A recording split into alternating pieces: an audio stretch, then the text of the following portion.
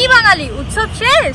আরে ধুর, আরামবাগবাসীর উৎসব তো এই সবে শুরু হলো।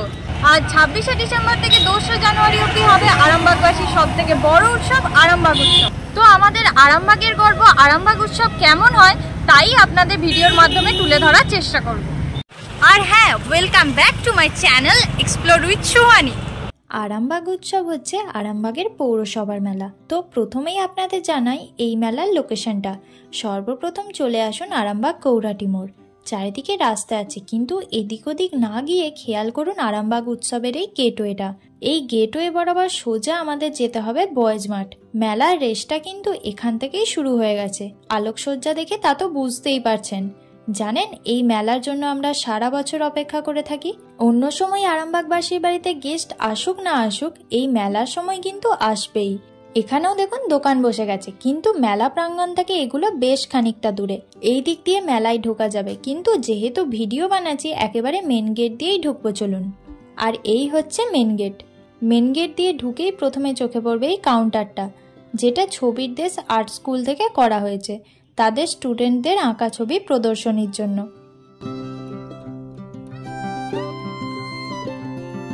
তারপর এই সাজানো গোছানো গেট দিয়ে মেলা প্রাঙ্গণে প্রবেশ করতে হবে। ভিড়টা এই মুহূর্তে কম আছে, রাত যত বাড়বে ভিড়ও বাড়বে। তাছাড়াও আজ প্রথম দিন বলে ভিড়টা একটু কম। আর ঢুকেই রয়েছে বিভিন্ন রকমের প্লাস্টিকের ফুল, সফট টয়েস, বেলুন, বাচ্চাদের খেলনার দোকান।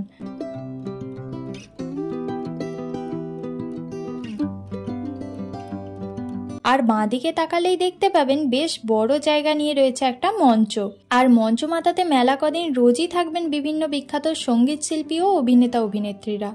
কোন দিন কোন সেলিব্রিটি আসবেন সেই লিস্টটা আমি ভিডিওর শেষে দিয়ে দেব, দেখে নেবেন।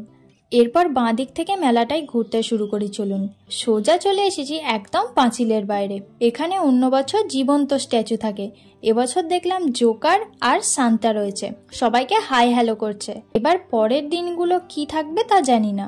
এবছর নতুন এই বোর্ডটা লাগানো হয়েছে আই লাভ আরামবাগ উৎসবের। এবার মেলার দোকানপাটগুলো ঘুরে দেখা যাক চলুন। প্রথমেই ছিল বেতের বোনা জিনিসের একটা দোকান, তার চারিদিকে বিভিন্ন খাবারের দোকান লাইক ফুচকা, জিলাপি। এই যে পাঁচিলটা দেখছেন, এটা আগে ছিল না, এই বছরই হয়েছে। তো এই পাঁচিল দিয়ে ঢুকেই দেখলাম তন্দুরি চায়ের একটা দোকান, কিন্তু বাড়িতে চা খেয়ে গিয়েছিলাম তাই আর ট্রাই করা হলো না। তারপর মেলার ভেতরে আমরা আস্তে আস্তে প্রবেশ করতে থাকি আর খেয়াল করি চারিদিকে খাবারের দোকানে ভর্তি। তো চলুন এই সোজাই এগিয়ে যাই আপাতত। আর এই যে জায়গাটা দেখছেন, অন্যদিনে এইখানটায় পিঁপড়ে গলারও জায়গা থাকে না, এত মানুষের ভিড় থাকে। আসলে রাস্তাটা সরু তো, আর ওদিকটাই রাইডস আছে, অনেক মানুষের যাতায়াতের কারণে ভিড়টা সৃষ্টি হয়।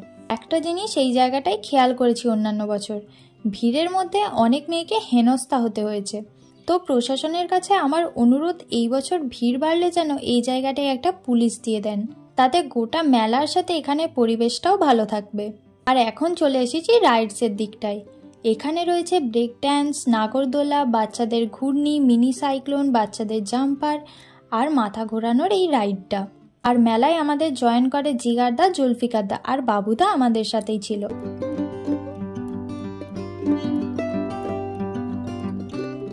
এখানে থাকা সব রাইডসগুলোই মোটামুটি 50 টাকা করে, যেটা একটু এক্সপেন্সিভ লাগলো। 30-40 হলে ঠিক হতো। আর এখানে বেশ কয়েকটা ট্যাটুর দোকানও বসেছে।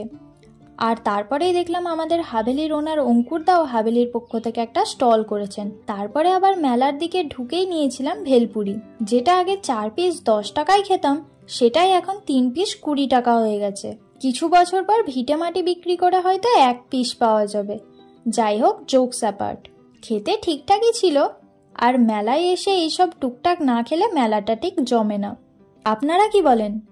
তারপর আমরা গিয়েছিলাম পাঁশকুড়ার চপের দোকানে। এটা ছাড়া মেলাই অসম্পূর্ণ থাকে, কিন্তু এটারও দাম এখন 10 টাকা হয়ে গেছে। স্বাদ খারাপ নয়, ভালোই লেগেছে। খাওয়া দাওয়া শেষ করে এবার আবার মেলাতে ফিরি। বিভিন্ন মেলার মতো এখানেও অনেক অনেক হরেক মালের দোকান আছে। এইগুলো যদি ডিটেলসে দেখাতে চাই তাহলে আপনারাই বোরিং ফিল করবেন, তাই আমি একটু একটু করে দেখিয়ে দিলাম। বাকি আপনারা এসে সচক্ষে দেখে নেবেন। হরেক মালের দোকান ছাড়াও বিভিন্ন রকমের দোকান রয়েছে, লাইক ইয়াররিংসের দোকান, কি চেনের দোকান, সানগ্লাস, জুতো, জামা কাপড়ের দোকান, এছাড়াও একটা ম্যাজিকের দোকানও রয়েছে।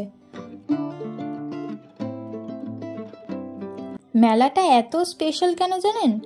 মেলা শব্দের অর্থ হলো মেলবন্ধন। আর এই মেলাতে আরামবাগের প্রায় সব মানুষই কাজের শেষে, পড়াশোনার শেষে এই মেলায় আসে। কাজেই পুরনো বন্ধু, আত্মীয় স্বজন সবার সাথে সবার দেখা হয়। আর এই জিনিসটাই মেলাটাকে আরও স্পেশাল করে তোলে। আর এখানে আমিও একটা দোকানে নিজের চ্যানেলের নামটা তাদের বোর্ডে লিখে নিয়ে নিজের চ্যানেলটা একটু প্রমোট করে নিলাম আর কি।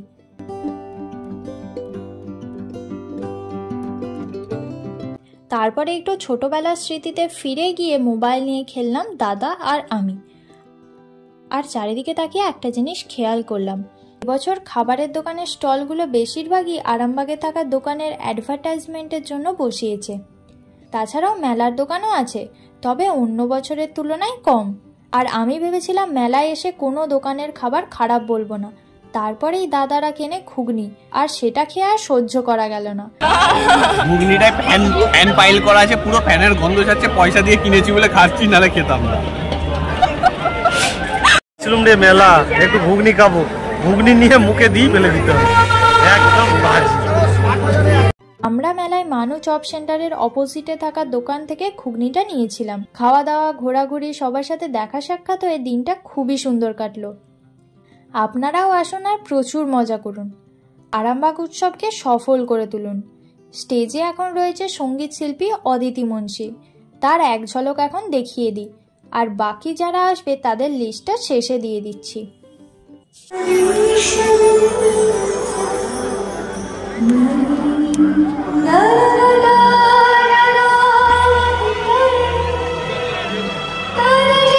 শেষে মেলা থেকে বেরোনোর সময় সান্টা ক্লজের সাথে হ্যান্ডশেক করে রওনা দিলাম বাড়ির উদ্দেশ্যে।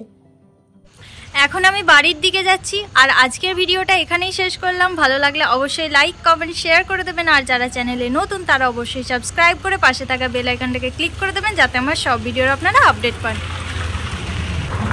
আর ফেসবুক পেজ থেকে দেখলে অবশ্যই পেজটাকে একটা ফলো করে দেবেন। দেখা হচ্ছে আবার পরের ভিডিওতে। আজকের মতন টাটা।